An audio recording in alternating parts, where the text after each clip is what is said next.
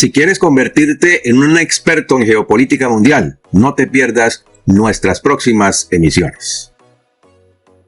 América Latina ha experimentado la metamorfosis de 3 países, y 2 de ellos pasaron de la gloria al infierno, mientras que al tercero le está ocurriendo exactamente lo contrario. Los 2 primeros países, Argentina y Venezuela, han visto caer sus economías a un ritmo más que acelerado, y es importante que conozcas cómo los Estados Unidos, o mejor dicho, las grandes compañías petroleras norteamericanas, aprovechan la situación, en el caso del Esequibo, para aumentar sus ganancias. Las grandes multinacionales norteamericanas aprovechan cualquier circunstancia para pescar en río revuelto y le están dando por la cabeza al dictador venezolano Nicolás Maduro, porque en lugar de concentrarse en la recuperación del Esequibo, para los venezolanos, sus ambiciosos intereses están centrados en aumentar sus riquezas y las de sus cómplices, además de perpetuarse en el poder. Quédate entonces muy atento a lo que vamos a exponer en este informe, así que no te lo pierdas. Te contamos lo que nadie está diciendo, por eso te invitamos a quedarte con nosotros hasta el final de este informe, para que puedas sacar tus propias conclusiones. Si todavía no te has suscrito a nuestro canal, y si quieres enterarte de lo que está ocurriendo en el mundo, te invito a que lo hagas ahora y a que active la campanita de las notificaciones, para que no te pierdas nuestras próximas publicaciones. Igualmente puedes seguir apoyándonos y haciendo tus donaciones para el mantenimiento del canal, mediante el icono del corazoncito que está en la parte inferior de cada video. Y muchas gracias de antemano a todos nuestros queridos donantes. Nuestro especial agradecimiento a José Peralta por tus continuas donaciones para el mantenimiento del canal y por tu importante apoyo a nuestra labor de investigación. A José le enviamos un caluroso saludo de parte de todo el equipo.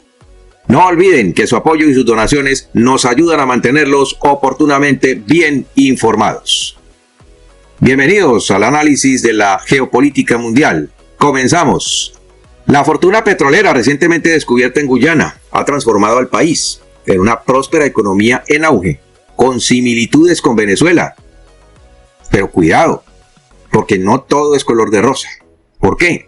Vamos a verlo en los siguientes párrafos. El pequeño país del Caribe tiene la economía de más rápido crecimiento del mundo, según los expertos en economía, pero el auge también intensifica problemas como la inflación, una brecha de riqueza cada vez mayor y la amenaza inminente de guerra, debido a un conflicto con el régimen de Nicolás Maduro. Durante la década posterior al enorme descubrimiento frente a sus costas, Guyana experimentó cambios drásticos. Y un ejemplo de esto es la piscina del Hotel Georgetown Marriott. Con logotipos del sector petrolero y camisetas con la marca, los ejecutivos salen de sus camionetas y comienzan a caminar hacia las mesas, donde funcionarios del Banco de Desarrollo ya están conversando, continuando con cervezas heladas. Bueno, así describe el panorama de Guyana el gerente del Hotel Marriott en la capital guyanesa. Los precios pueden ser tan altos por una habitación sencilla en este hotel, que siempre está lleno, según se informa, y que podrían exceder los $600 por una sola noche, una noche normal del mes de enero.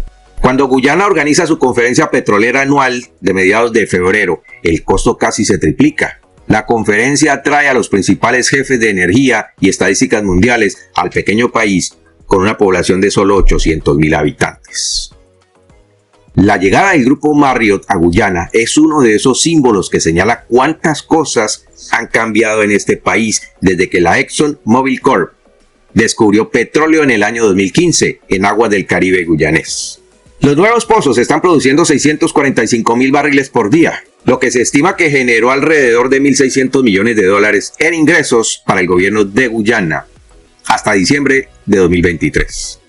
La economía del país se ha multiplicado por 4 en solo 5 años, pasando de ser una de las economías de peor desempeño entre los países del continente hasta ser catalogada como la de mayor rápido crecimiento durante 2 años consecutivos a escala global, es decir, 2022 y 2023. Y este es tal vez el motivo por el que Estados Unidos tiene frenado a Nicolás Maduro, para que no se meta en Guyana, como lo ha venido prometiendo.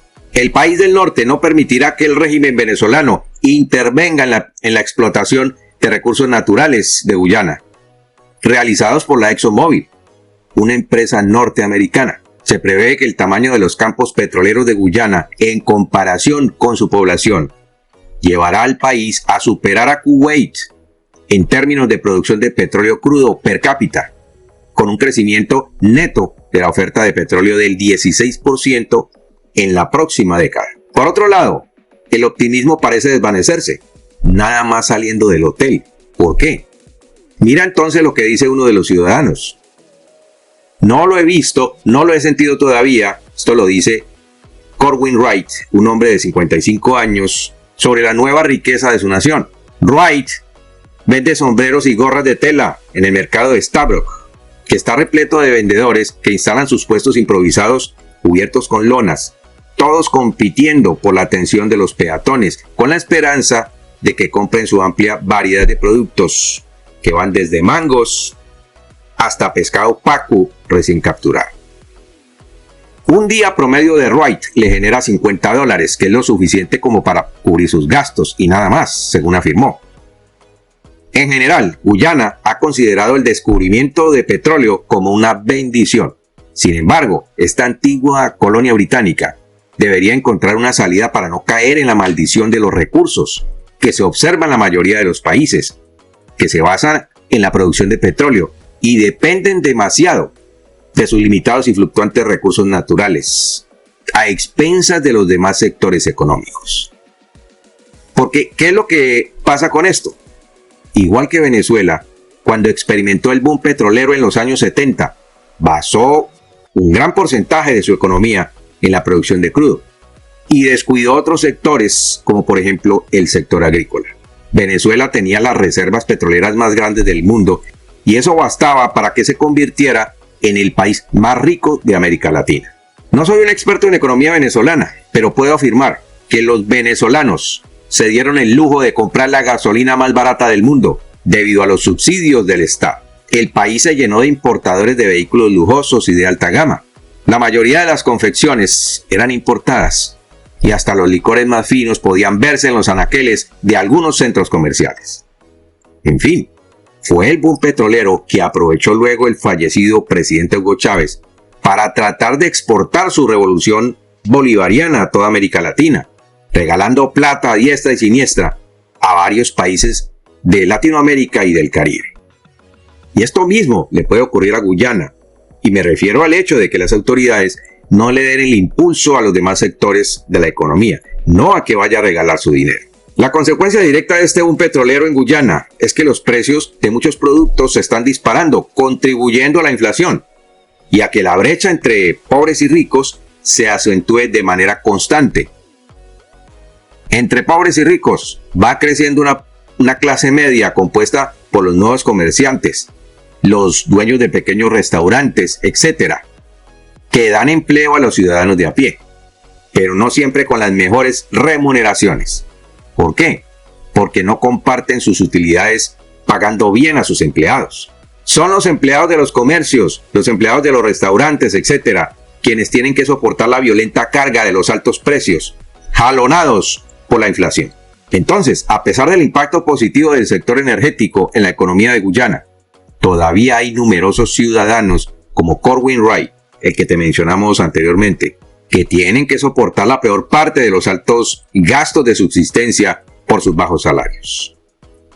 La tasa de inflación en el país había aumentado al 0.8%, según los datos del Banco Mundial, para el 2016, lo que se consideró un desencadenante de los altos precios. Pero el año pasado, una aproximación del Departamento de Estado proyectó una tasa de inflación del 6.6%, es decir, para el año 2023.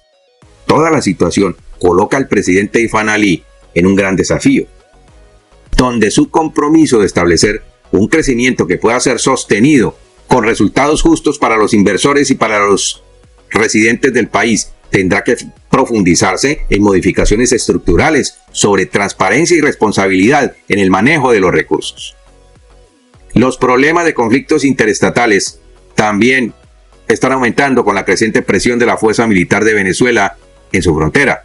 A pesar de las garantías de Ali, el presidente guyanés, de que la extracción de petróleo se llevaría a cabo según lo previsto, podría obligarse a Guyana a aceptar un arbitraje si persiste la escalada de tensiones. Es decir, a compartir las ganancias del petróleo con Caracas.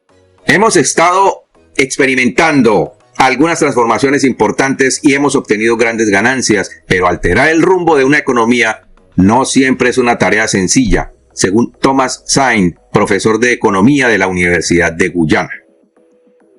Necesitamos una gobernanza que se dé cuenta de que no es una sociedad sencilla y que tiene fisuras que no pueden salvarse únicamente con las altas inversiones.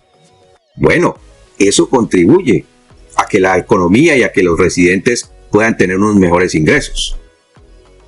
En un esfuerzo por liberarse de la maldición de los recursos petroleros, el gobierno estableció un fondo de recursos naturales que se utilizaría para financiar proyectos de infraestructura, como puentes, carreteras y escuelas, así como para proporcionar subsidios a comunidades marginadas.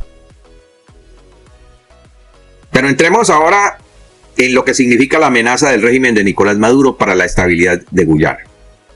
El 7 de diciembre de 2023, el dictador venezolano Nicolás Maduro generó un nuevo terremoto político en el continente americano. En una conferencia de prensa, Maduro blandió el nuevo mapa oficial de Venezuela que incluía la zona del Esequibo, disputada con la vecina Guyana desde hace 2 siglos.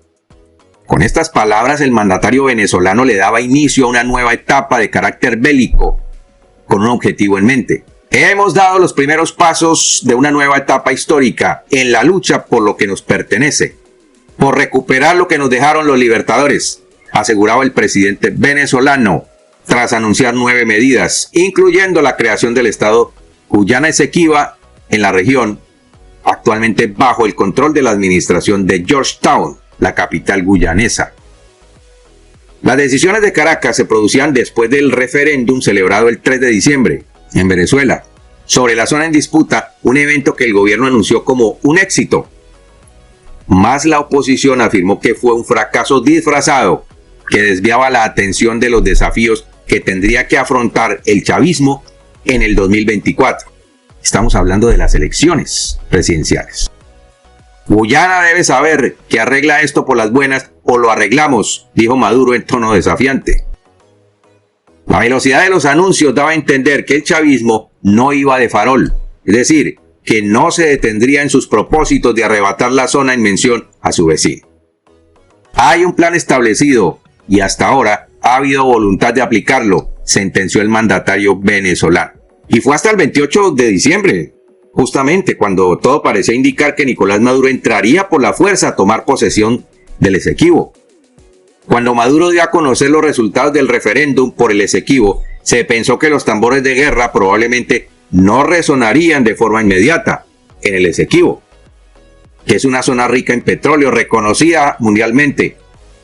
Pero lo apresurado del anuncio, además del contenido, provocó que numerosos analistas vaticinaran una escalada progresiva de la tensión y también una pronta implementación de las decisiones tomadas por Caracas. Todas las acciones que toma y tomará el gobierno venezolano acerca del Esequibo responden más a la política interna del país que a su política exterior, comentó Jorge Morán, politólogo venezolano de la Universidad Rafael Belloso Chacín, en consonancia con lo expresado por numerosos analistas de su país. Pero han transcurrido más de 2 meses desde que Maduro ordenó la creación del Estado Guyana Esequibo, además de que ordenó que el nuevo estado apareciera en el mapa de Venezuela, y el régimen no se ha vuelto a pronunciar al respecto. Y la pregunta es ¿por qué? ¿Será que Maduro se olvidó de sus amenazas de arreglar por las malas, es decir, de invadir el Esequibo? ¿Qué es lo que está pasando entonces? Maduro se dio cuenta que no podía utilizar el Esequibo como una excusa para crear un incidente internacional para declarar en guerra a Venezuela y basado en ello no permitir las elecciones de 2024. Fue entonces cuando puso en marcha su plan B, que consiste en una supuesta persecución a la corrupción y a quienes planearon los supuestos 5 atentados en su contra. Tenía que crear otra estrategia para ratificar la inhabilidad de María Corina Machado, para evitar que Machado se presentara como candidata de la oposición a las elecciones. Esto prueba que a Maduro no le interesa al Esequibo, a pesar de su riqueza petrolera. Lo que a Maduro le interesa es proteger su negocio de narcotráfico y la corrupción del Estado mafioso que él mismo ha patrocinado. Entonces nos queda la pregunta: ¿qué va a hacer el gobierno Biden ahora que Nicolás Maduro ha destapado sus cartas, dejando claro que no permitirá unas elecciones justas y que seguirá en el poder? ¿Está pensando Joe Biden en dejar que continúe el Estado mafioso de Nicolás Maduro para que otro presidente de los Estados Unidos le dé solución? Esperemos para ver. Y por hoy hemos terminado nuestro informe. Nos quedamos a la espera de tus comentarios. Que Dios te bendiga y nos vemos en nuestro siguiente programa.